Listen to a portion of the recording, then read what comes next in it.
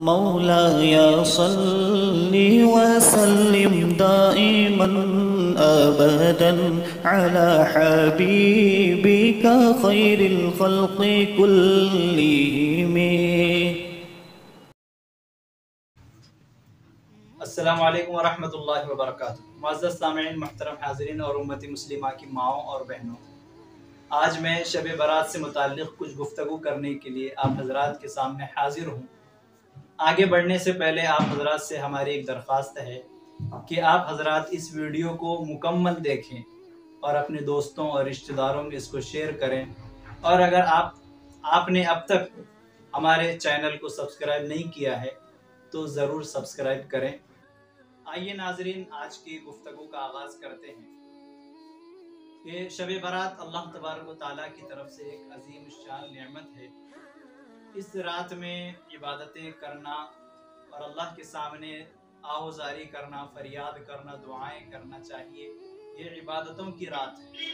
اس کے اندر ہم جتنا چاہیں عبادتیں کریں، وہ ہمارے لیے آخرت کا ایک بہترین تحفہ ہوگا اور ہم اللہ تبارک و تعالیٰ کا قرب حاصل کرنے والے بنیں گے. اور یہ رمضان المبارک کے قرب والا مہینہ ہے.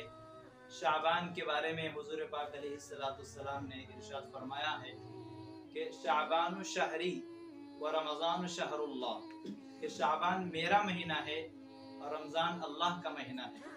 تو یہ شعبان کا مہینہ رمضان کا مقدمہ ہے، رمضان کی آمد ہے. ہم ابھی سے رمضان المبارک کا شیڈول بنا لیں اور اس کے اندر عبادتیں کیسی ہونی چاہیے اس کی ایک نقل شب برات میں کریں. جو بھی چاہیں عبادتیں ہم شب برات میں کر سکتے ہیں. کوئی خاص عبادت شب برات کے لیے حدیث سے ثابت نہیں ہے، شریعت میں کوئی خاص عبادت ثابت نہیں ہے. ہم جو چاہیں عبادتیں کر سکتے ہیں. اور نہ کوئی نفل نماز کو جماعت کے ساتھ پڑھنا ہے. شب برات میں کوئی نفل نماز جماعت کے ساتھ نہیں ہے، بلکہ ہم الگ الگ اپنے اپنے طور پہ اپنی اپنی بشاشت کے اعتبار سے نمازیں پڑھیں، عبادتیں کریں، صلاۃ التسبیح کا اہتمام کریں، یا پھر اپنی زندگی کی جو نمازیں قضا ہوئی ہیں ان نمازوں کی قضا کرتے رہیں. یہ ہمارے لیے بہترین نمونہ ہے، بہترین موقع ہے اللہ تبارک و تعالیٰ کی طرف سے اپنی پچھلی نمازوں کو قضا کرنے کا. اس موقع سے ہم فائدہ اٹھائیں. ایسا نہیں کہ یہ جاگنے کی رات ہے لہٰذا باتیں کرتے ہوئے بھی جاگو، دوسروں کی غیبتیں کرتے ہوئے بھی جاگ رہے ہیں، تو یہ کوئی مطلب نہیں ہے. یہ عبادتوں کی رات ہے، یہ نیکیاں کمانے کی رات ہے، نہ کہ گناہ کمانے اور نیکیاں گوانے کی رات.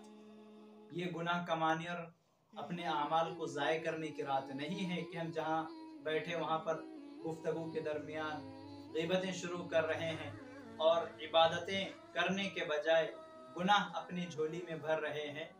یہ ٹھیک بات نہیں ہے. اس سے بہتر تو یہ ہے کہ ہم سو جائیں اور آرام کے ساتھ اپنی نیند کو پورا کریں. اگر عبادت کرنا ہے تو نفلی عبادتیں جو چاہیں وہ کر سکتے ہیں. صلاۃ التسبیح پڑھیں، صلاۃ الحاجت پڑھیں، صلاۃ الشکر پڑھیں، صلاۃ التوبہ پڑھیں، اللہ کے سامنے توبہ کریں، آہوزاری کریں.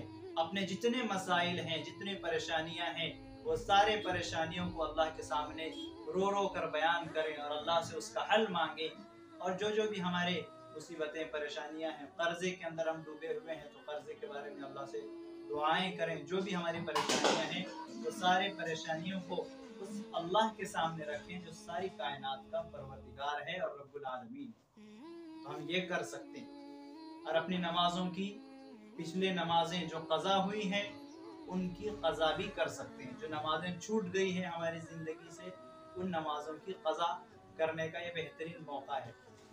اس کا طریقہ یہ ہے کہ ہمیں اگر یاد ہے کہ ہماری کتنی نمازیں چھوٹی ہوئی بالغ ہونے کے بعد سے، ہمارے ذمے نمازیں فرض ہونے کے بعد سے آج تک جتنی نمازیں ہماری چھوٹی ہوئی ہیں، اگر ہر نماز کی تعداد یاد ہے اور تاریخ اور دن یاد ہے تو نیت کرتے وقت وہ دن اور تاریخ کو نیت میں شامل کر کے، نیت میں اس کو ظاہر کر کے اس کے ساتھ نیت کریں.